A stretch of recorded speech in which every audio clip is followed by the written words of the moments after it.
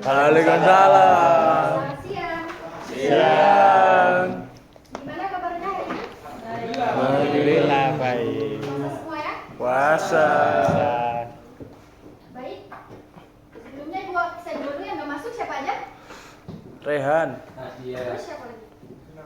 Akbar, Dimas.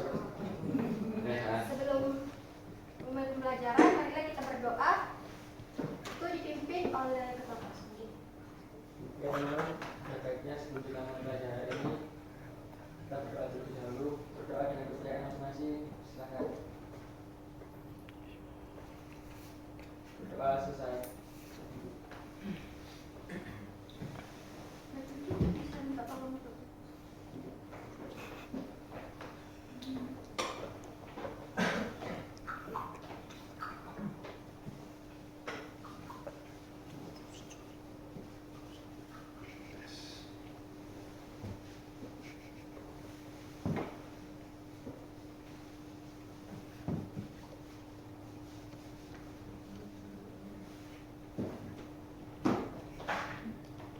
baik.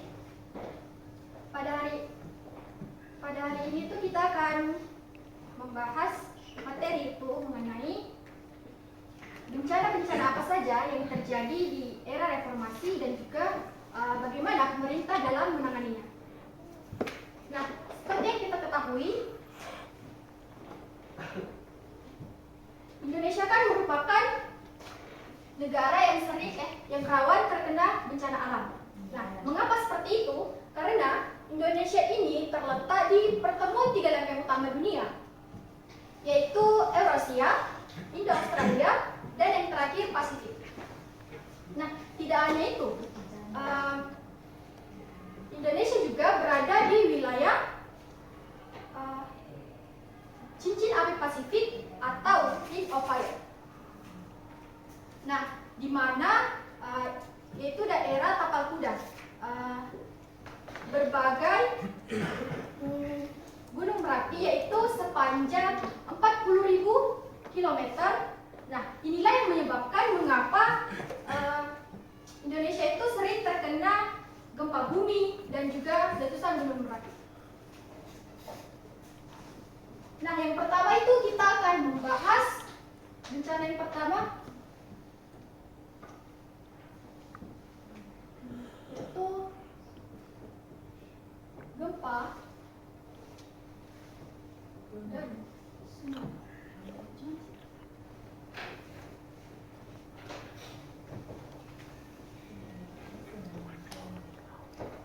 Nah, ada yang tahu ini terjadi pada tahun berapa? 2004. Tsunami dan gempa yang terjadi di Aceh dan di Sumatera Utara ini lebih tepatnya terjadi pada tanggal 26 Desember 2000.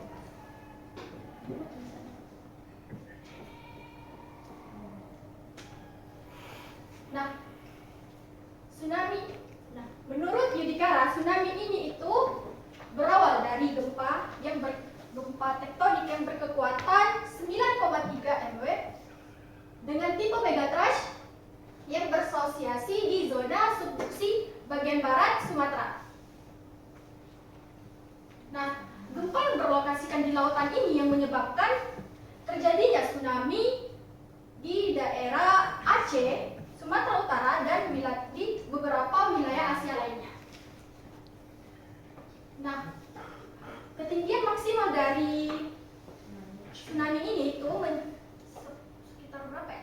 30 meter. Nah, jadi itu tinggi banget, yang memakan banyaknya korban jiwa. Nah, pada tahun itu dipimpin oleh Pak Presiden Susilo Bambang dan juga ya wakilnya Pak Yusuf Kalla itu menetapkan mekanisme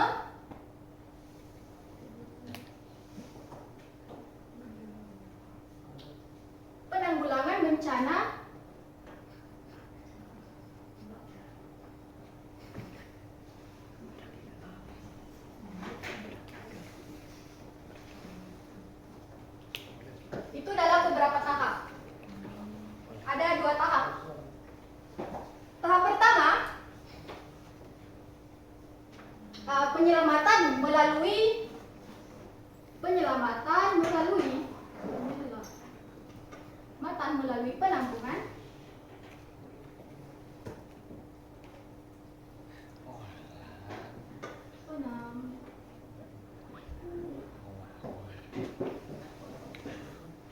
lalu penyediaan makanan,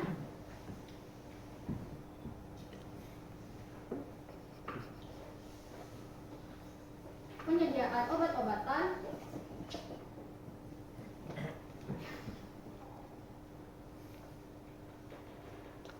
penyediaan air bersih, dan penyediaan pakaian bersih.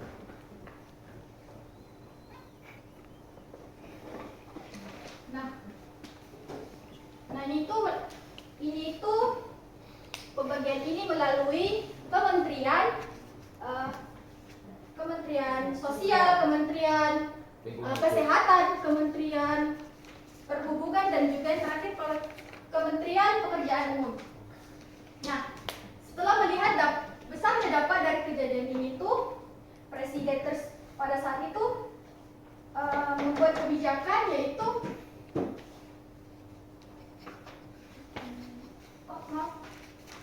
yang tadi yang kedua yaitu rehabilitas.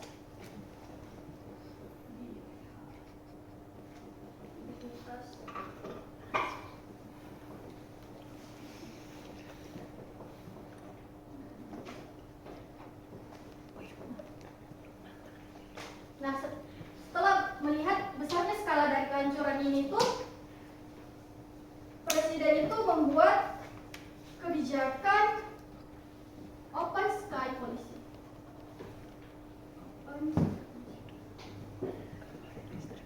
Nah, melalui kebijakan ini, wilayah Aceh dan sekitarnya terkena dampak tsunami tersebut dapat terbuka untuk menerima bantuan dari luar negeri. Nah, kapal yang masuk ke dalam wilayah tersebut itu bisa tanpa visa, tapi masih tetap dalam kontrol pemerintah. Nah, terus yang kedua itu bencana alam yang terjadi di Jogja.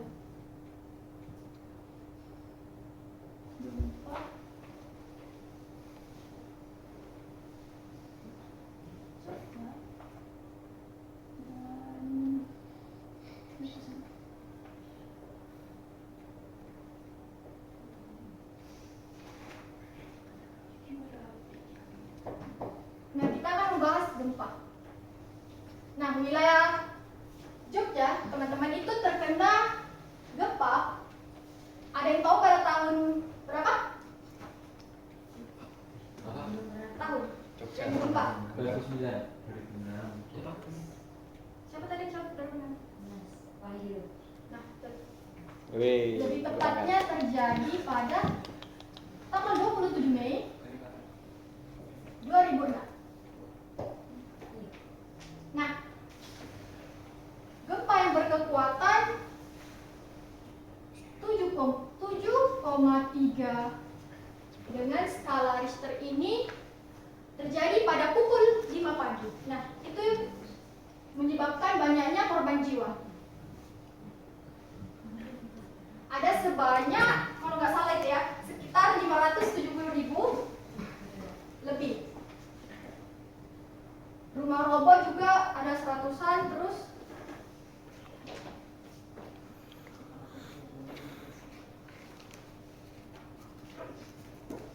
itu yang rusak sekitar 570.000 kan. Itu terhitung per 11 Juni 2000. Nah, sedangkan ini di Jawa Tengah.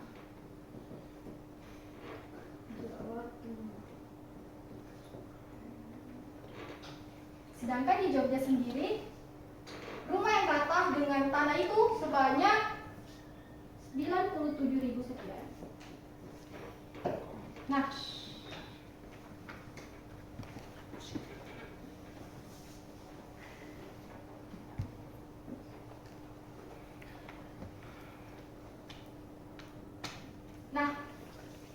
dari kejadian ini, pemerintah itu menyediakan dana rehabilitas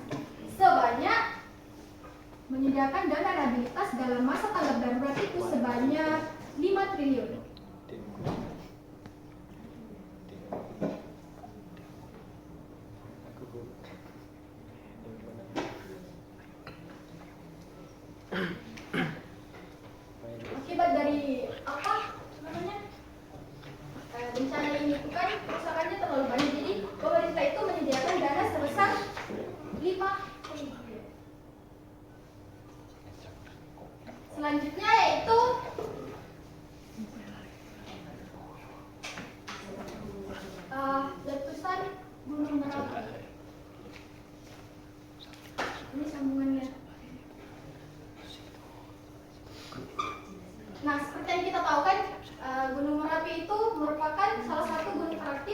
Indonesia. Nah, pada era reformasi, gunung ini telah mengalami beberapa kali letusan hebat, dan yang pertama kali itu terjadi pada tahun 2006. Nah, secara administratif, gunung ini tuh terletak di antara Kabupaten Sleman, Kabupaten Magelang, Kabupaten Boyolali, dan yang terakhir itu Kabupaten Klaten.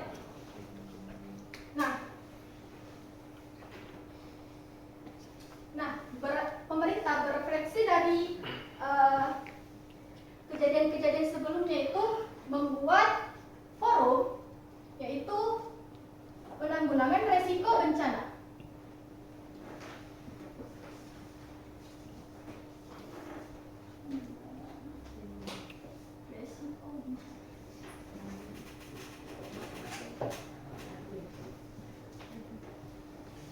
Di mana ini direalisasi oleh amanat Undang-Undang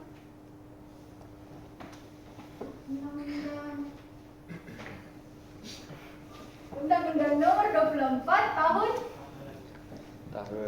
2007,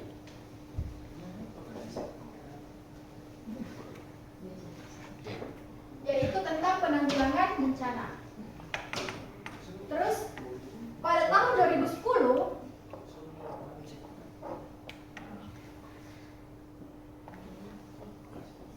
itu terjadi erupsi. Nah, erupsi ini merupakan erupsi terbesar yang pernah terjadi, yang mengakibatkan banyaknya korban jiwa. Nah, ada banyak upaya yang dilakukan dalam masa tanggap darurat, yaitu yang diantaranya yaitu penyediaan tempat pengungsian,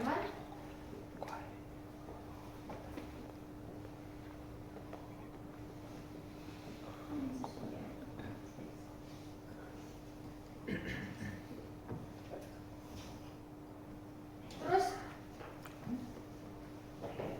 penyediaan makanan,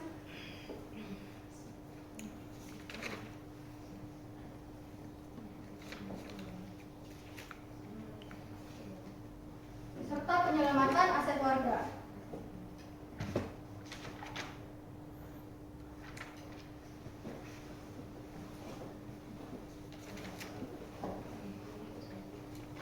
Nah, masa rehabilitas yang dilakukan terhadap bencana ini itu selama 3 tahun,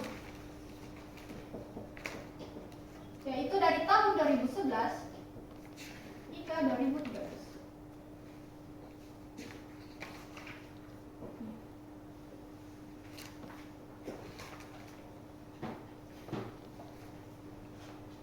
Dan yang terakhir yaitu gempa, tsunami, dan likuifaksi.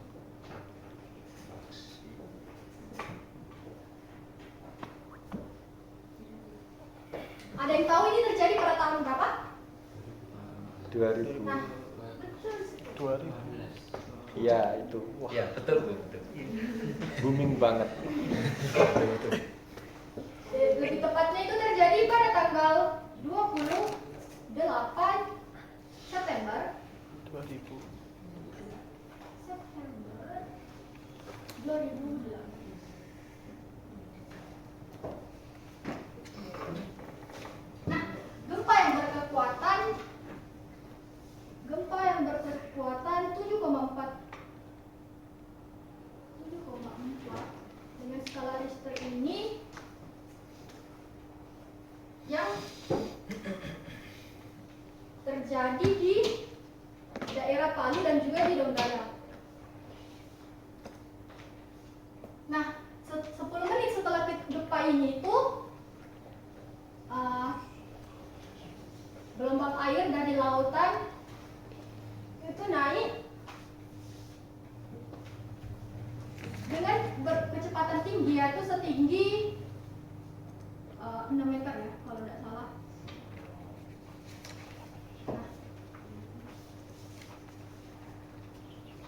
Nah, setelah ini terjadinya likuefaksi.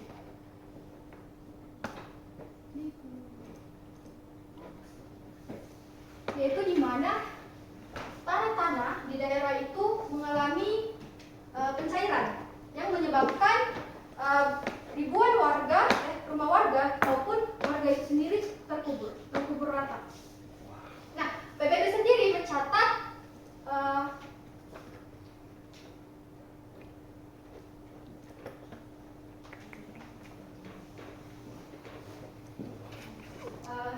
dari korban yang diakibatkan dari kejadian ini itu sebanyak 4.000 sekian jiwa yang mati.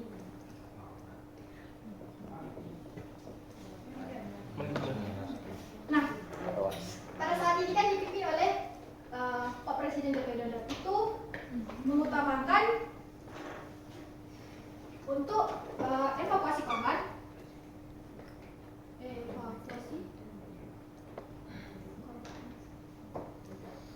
terus penanggulangan bencana.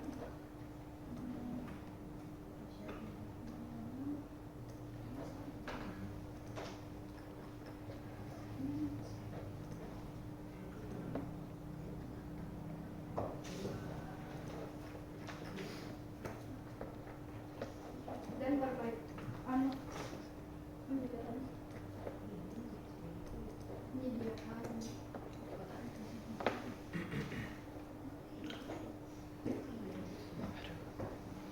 dan penyelamatan hasil.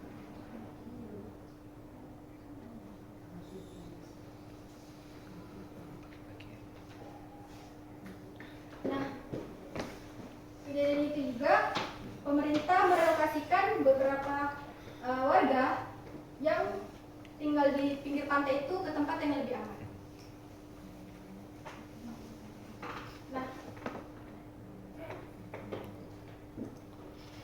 Nah, jadi dari penjelasan saya ini semua nih, adakah yang bisa menyimpulkan?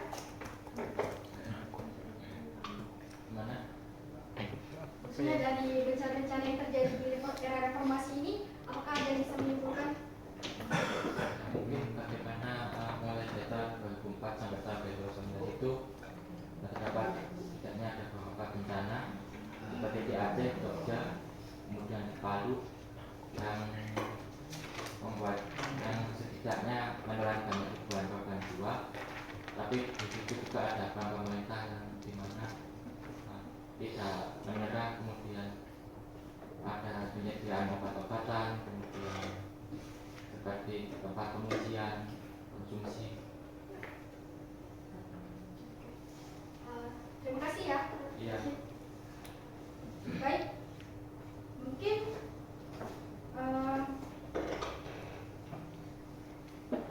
cukup sekian yang dapat saya sampaikan.